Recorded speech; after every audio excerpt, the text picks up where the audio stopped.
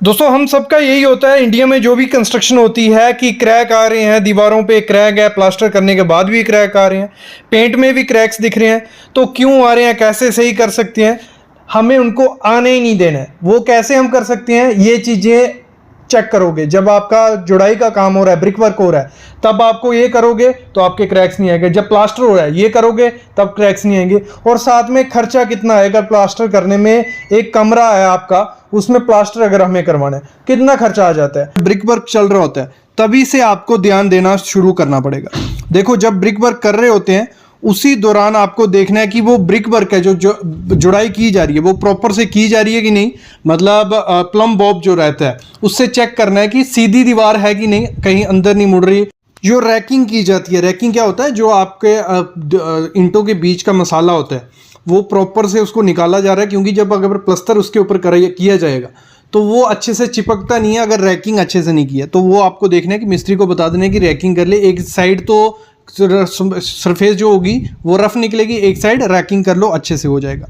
ठीक है, ये चीज़ आपको देखनी है। और जब आपकी ब्रिक वर्क हो जाती है उसमें जो भी आइटम आती हैं, प्लम्बिंग की आती हैं, जहाँ कंडक्ट पाइप बिजली की आती है, उसको प्रॉपर से कटिंग करो। ठीक है, जितना आप प्रॉपर डेप्थ रखनी है, ना ज़्यादा डेप्थ हो जाए ना कम डेप्थ रहे। ज़्यादा डेप्थ हो जाएगी दूसरी तरफ दीवार को दिक्कत आएगी, कम डेप्थ होगी तो वो जब प्लास्टर कर दोगे उधर वहाँ एक क्रैक बन जाता है, हेयर लाइन क्रैक, वो नहीं बनने देना। प्रॉपर डेप्थ उसकी करनी है, कटर से कटिंग करके निकाल के पाइप फिक्स कर दो। उसके बाद उस पर क्या करना है आपको, 1:3, 1 में सीमेंट 3 में सैंड का माल बना के उस पर अच्छे से लगा देना है, उसको रफ कर देना है, कट वगैरह मार देने। ठीक है, जब वो जाना है उसके ऊपर चिकन मैश जहाँ फाइबर मैश वो लगा देनी है और आपकी दीवार को थोड़ा सूखने देना है। मतलब उसमें जब आप प्लास्टर करने जाओ तो उसमें वेट नहीं होनी चाहिए, मॉइस्चर कोई नहीं होना चाहिए दीवार में, सूखी दीवार आपकी होनी चाहिए। ये पहली शर्त होती है जब भी प्लास्टर करने से जाना है आपने। दूसरी चीज़, जो भी फैन के बॉक्स आती हैं, डिब्बियाँ आती हैं, उनको प्रॉपर से पहले फिक्स करवा लो। ये हो गया काम। उसके बाद उसकी तराई करो दीवार की, उसको क्यूरिंग करो। उसकी जिस दिन प्लास्टर होना है उस दिन, उससे पहले भी उसको पानी पिला लो अच्छे से, दूसरे दिन भी पानी पिलाओ 1-2 घंटा पहले जब प्लास्टर करने से। क्योंकि होता क्या है, अगर नहीं पिलाओगे, जो आप प्लास्टर करोगे उस पर प्लास्टर करोगे वो किसी काम का नहीं होगा। वो जो प्लास्टर होगा उसका जो पानी होगा वो ब्रिक पहले ही चूस लेगी, सक कर लेगी। जब वो पानी उसका निकल गया तो वो पाउडर बन गया, मतलब वो प्लास्टर पक्का क्रैक करेगा ही करेगा जब पाउडर बन के निकल जाएगा। तो ये बहुत इंपॉर्टेंट चीज़ होती है कि उसको क्यूरिंग करनी ही करनी है। जब ये ब्रिक वाली चीज़ें आपने देख ली, ब्रिक वर्क वाली चीज़ें देख ली, उसके बाद आपको प्लास्टर करना है। प्लास्टर में आपको सबसे पहले क्या करना है, आपको उसमें ठैया बना लेना है। जब ठैया बना लोगे आप, मतलब पैक्स जो रहते हैं छोटे छोटे, जैसे आप ये प्रोसीजर देख रहे हो, ये क्या किया जा रहा है, आपके मतलब रूम को एक तो स्केयर किया जा रहा है, काफ़ी अच्छी चीज़ रहती है। दूसरा, इसमें प्लास्टर प्रॉपर आता है कि कहाँ कितना प्लास्टर चढ़ेगा वो पहले आपको आइडिया लग जाएगा। ये पैक्स बना लेने हैं। और जैसे मैंने कहा था, आपकी टेढ़ी मेढ़ी दीवार रहेगी तो दिक्कत क्या होती है, कई जगह ज़्यादा प्लास्टर चढ़ेगा, कई जगह कम। क्योंकि जो प्लास्टर करने वाला होगा वो तो यही रखेगा कि आपकी दीवार एक जैसी दिखे, तो इस चक्कर में वो कई जगह प्लास्टर ज़्यादा चढ़ा देगा। जहाँ ज़्यादा चढ़ा देगा वो पपड़ी बन के निकल जाएगा, और जहाँ कम चढ़ेगा वहाँ क्रैक आ जाएंगे। तो ये दिक्कत रहती है। तो ये आपको पहले ही ध्यान देना है कि आपका ब्रिक वर्क बढ़िया से होना चाहिए। फिर जो आपको क्या करना है, नेक्स्ट चीज़, जैसे ही आपकी जो ब्रिक वर्क हो गया होता है उसमें जो बाइंडिंग वायर शटरिंग वाली लगाई होगी, जहाँ खील लगी होगी, जहाँ लकड़ा लगा होगा, जहाँ पेपर लगा होगा, वो सब कुछ साफ कर लेना। नहीं तो प्लास्टर वाला क्या करता है, जब पानी मारा होता है तो नरम हो गई होती है जी, उसी के ऊपर लगा देता है। इतनी मेहनत नहीं मारता वो प्लास्टर वाला, वो बोलता है कि जुड़ाई वाले का काम था, वो तो लगा देता है। लेकिन बाद में क्या होता है, वो चीज़ सड़ जाती है अंदर से, और जहाँ तो उसमें डिट्रॉइड, तो क्रैक आपके वहाँ शुरू हो जाते हैं, ये दिक्कत आती है। जो भी आपका सरफेस होता है, मतलब कंक्रीट का सरफेस, उस पर पहले हाकिंग कर लो, टाचा मार लो ऐसे, मतलब सरफेस को रफ किया होगा तो जब उस पर प्लास्टर चढ़ाओगे वो अच्छे से चिपकेगा, कोई दिक्कत उसमें नहीं आएगी। अगर नहीं किया रहेगा तो वो बाद में, अभी तो चिपक जाएगा, जब थोड़ा टाइम बाद वो निकल जाएगा पपड़ी बन के। और जहाँ आपका कंक्रीट का सरफेस हो, ब्रिक का सरफेस होता है, उस जॉइंट पे क्रैक्स के चांसेस बढ़े रहते हैं। तो उस पे क्या करना है आपको, चिकन मैश या फाइबर मैश दोनों तरफ इस तरीके से चढ़ा देनी है और फिर उस पर प्लास्टर करना है, तो कोई दिक्कत उस पर नहीं आएगी। और हमेशा ये चीज़ ध्यान रखना, जो प्लास्टर करोगे आप, अंदर का प्लास्टर, इंटरनल प्लास्टर करोगे, वो 10 से 12 mm का रखना मोटाई, उसकी थिकनेस जितनी कम होगी उतना अच्छा रहता है। 10 से 12 mm से कम भी नहीं करनी और ज़्यादा भी नहीं करनी है, तो आपका प्रॉपर प्लास्टर होगा वो दिखेगा, अच्छा दिखेगा और उसकी लाइफ भी बड़ी होगी। अगर बाहर के तरफ एक्सटर्नल प्लास्टर करने जाते हो 15 से 18 mm का रखो, उससे ज़्यादा रखने की ज़रूरत नहीं है। अगर इससे ज़्यादा होता है वही पपड़ी बननी है। और सीलिंग जो आपकी छत रहती है वहाँ 6 से 8 mm का प्लास्टर चिपका, उससे ज़्यादा प्लास्टर चिपकाने जाओगे तो वो निकलेगा ही निकलेगा। और प्रॉपर देखो आपका सरफेस अगर स्मूथ है तो उसको हाकिंग कर लो, वैसे सरफेस को रफ ही रखना चाहिए। बाकी जो रेशो आपको बनानी होती है, जो मोटार आप मतलब करोगे, वो 1:1:4 का माल जो रहता है, 1 में सीमेंट 4 में हमारा सैंड, वो आप सीलिंग में यूज़ करो, सीलिंग में मारो प्रॉपर से तो अच्छी सीलिंग रहेगी। 1:6 का माल आप बाकी प्लास्टर में यूज़ करो तो वो अच्छा रहेगा। और जो मोटार बनाओगे, जो प्लास्टर के लिए सीमेंट सैंड का घोल बनाओगे, तो उसमें क्या करना है आपको, उसको 45 मिनट के अंदर अंदर उसको लगा देना है। 45 मिनट के, तो क्योंकि थोड़ा थोड़ा लोड बनाओ, एक साथ बना के रखोगे फिर इनिशियल सेटिंग टाइम शुरू हो जाता है, वो प्रॉपर से चिपकता नहीं है, बाद में निकल जाता है प्लास्टर। तो 45 मिनट से 1 घंटे के अंदर उसको लगा दो। और जब प्लास्टर करते करते नीचे जो गिरता है उसको क्या करो, तभी उठा के, मतलब 45 मिनट के अंदर ही उठा के थोड़ा सा सीमेंट डाल के उसको अच्छे से लगा दो, तो अच्छे से आपका बना रहेगा। और सीमेंट की अगर मैं बात करूं, आपको हमेशा मेरे ख्याल में प्लास्टर के लिए तो पोर्टलैंड पोज़ोलाना सीमेंट यूज़ करो। एक तो सस्ता भी रहता है, अच्छा रहता है, क्रैक्स नहीं आते हैं और वो उसकी लाइफ काफ़ी ज़्यादा अच्छी होती है। और प्रॉपर एक चीज़ देखना, जब सीमेंट यूज़ करोगे 3 महीने ज़्यादा पुराना सीमेंट वहाँ आपको नहीं लगाना है। और जब प्लास्टर कर रहे हो, आपको पता है इस एरिया में टाइल आएगी या कुछ होगा, तो उस एरिया को स्मूथ कर लो कि अच्छे से आपकी टाइल बाद में चिपक जाए, कोई दिक्कत उसमें ना रहे। दूसरा, आपकी सैंड जो रहती है बहुत इंपॉर्टेंट चीज़ है। अगर रेती अच्छी नहीं होगी तो प्लास्टर अच्छा नहीं होता। ये रेती पे बहुत चीज़ें डिपेंड होती हैं, तो देख लेना उसमें जो चमकीला पार्टिकल रहता है, सिल्ट रहता है, वो ज़्यादा सिल्ट उसमें नहीं होनी चाहिए। 6% से कम ही सिल्ट उसमें होनी चाहिए। अगर 6% से ज़्यादा तो वो बाद में दिक्कत करेगी। जब आपका प्लास्टर हो जाता है तो उसकी कम से कम मिनिमम, अभी तो समर का मौसम है, 12 दिन से 14 दिन उसको तराई करनी है। दिन में 3 बार पानी पिलाना ही पिलाना है। अगर 3 बार उसकी पानी पिलाओगे तो स्ट्रेंथ उसकी 50 गुना ज़्यादा हो जाएगी, नहीं तो स्ट्रेंथ उसकी काफ़ी ज़्यादा कम हो जाती है। ये चीज़ भी आपको ध्यान देनी है। जब आपका प्लास्टर हो जाता है, जो भी आपके फ़ैन के बॉक्स हैं, डिब्बियाँ हैं जहाँ से वायर घुसाई जाएगी, उनको एक्सपोज कर दो, प्लास्टर वाले को उनको साफ़ कर दो। नहीं तो जब वायर डालने की बारी आती है वो दिखता नहीं है, तो वो दिक्कत उधर रह सकती है। तो ये चीज़ भी आपको ध्यान देना ही देना है। और जो गलतियां की जाती हैं, एक तो जो मोटार बनाई जाती है सैंड और उसमें पानी डाला जाता है बार बार, जैसे मिस्त्री को दिया पानी डाला जाता है, वो गलती मत करो। दूसरी टिप, आपको जब भी दीवार पे प्लास्टर करने जाना है, पहले तो मैंने कहा 2 घंटे पहले पानी मार दो, दीवार आपकी गीली होनी चाहिए।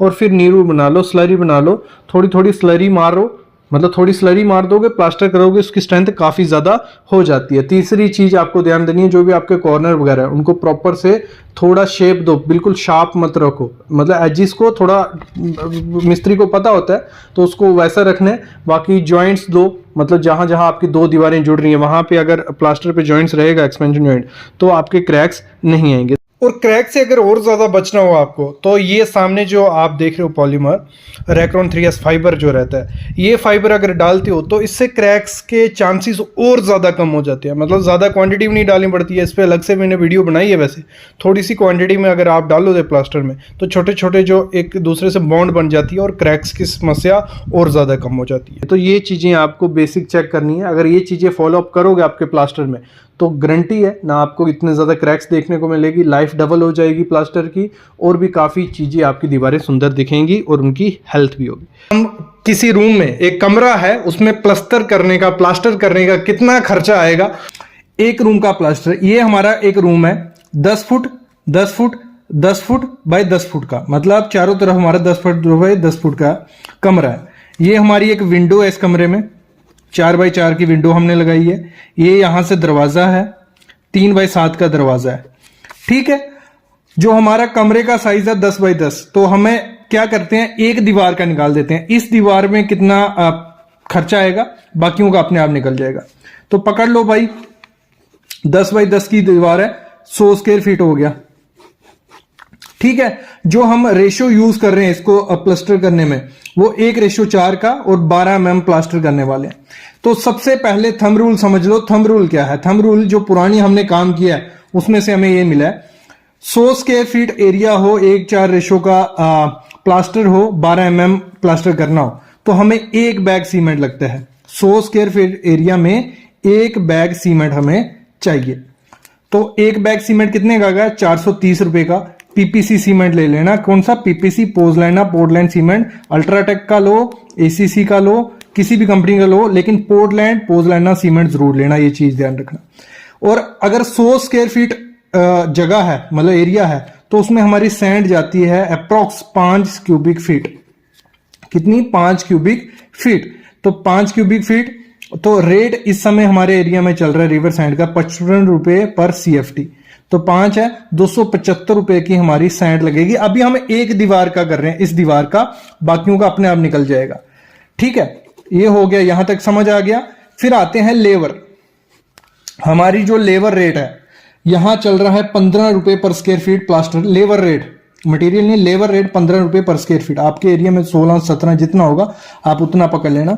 तो 100 स्क्वायर फीट का एरिया है हमारा, तो 15 से उसको मल्टीप्लाई कर लेते हैं। 100 इंटू 15 कितना हो गया? 1500 रुपए का हमारा खर्चा आएगा एक दीवार को प्लास्टर करवाने में। मटेरियल मिल गया, लेबर मिल गया। अभी दीवारें, मतलब लेबर का कैलकुलेट कर लेते हैं। एक दीवार ये आ गई, एक दीवार ये आ गई, मतलब 5 दीवारें, 1 2 3 4, 4 दीवारें आ गई और एक छत आ गया। वो भी कितना होगा? पूरा 10 स्क्वायर फीट होगा। तो हर एक में हमें एक दीवार में 1500 लेबर लगेगी, 1500 लेबर, 1500 लेबर, 1500 लेबर। तो 7500 रुपया एक कमरे को, उस कमरे को जो 10 बाई 10 का कमरा है, 7500 रुपया हमारा लेबर का खर्चा आएगा। कितना? लेबर का खर्चा आएगा। फिर जो सीमेंट हमारा है वो कितना लगेगा? एक दीवार पे एक बैग लग रहा था, मतलब एक दीवार थी 100 स्क्वायर फीट और उसमें हमारा जाता था एक बैग। तो ऐसी ही 5 हो गई ना, 4 दीवारें और छत 5, तो 430 से, मतलब सीमेंट कितना लगेगा? 2150 रुपए का हमारा सीमेंट लगेगा उस रूम को, कमरे को प्लास्टर करने में। फिर 4 दीवारें और एक छत, 5 हो गया। तो एक में हमारा लग रहा था 5 CFT और रेट आया था 275 रुपए। तो 5 में कितना आएगा? 275, वो हो गया 1375 रुपए का हमें सैंड लग जाएगा उस रूम में। फिर टोटल का पकड़ लेते हैं। लेबर हमारी आई थी 7500 रुपया, 7500। सीमेंट हमारा लग रहा है 2150 का, सैंड लग रही है 1375 का।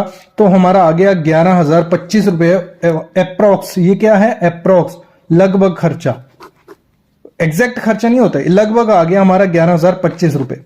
फिर देखो, जहां हमारी विंडो और डोर भी था, इनको निकालना पड़ेगा क्योंकि इधर इतना ज्यादा प्लास्टर नहीं होता, ऐसे आधा निकालते, मैं आपको पूरा बता दूंगा। तो विंडो थी हमारी 4 बाई 4 की, उसको कर दो, कितना होगा 4 बाई 4? 16 square feet. और दरवाजा था 3 बाई 7 का, वो हो गया 21 स्क्वायर फीट। दोनों को प्लस कर लो, 37 स्क्वायर फीट एरिया में प्लास्टर नहीं हुए, तो इसको निकालना पड़ेगा क्योंकि इसमें प्लास्टर नहीं हुआ है। तो लमसम अगर इसको हम टोटल जो हमारी वैल्यू आई है, टोटल पैसे और डिवाइड बाय एरिया करेंगे, लमसम हमें मिल जाएगा कि कितना आएगा।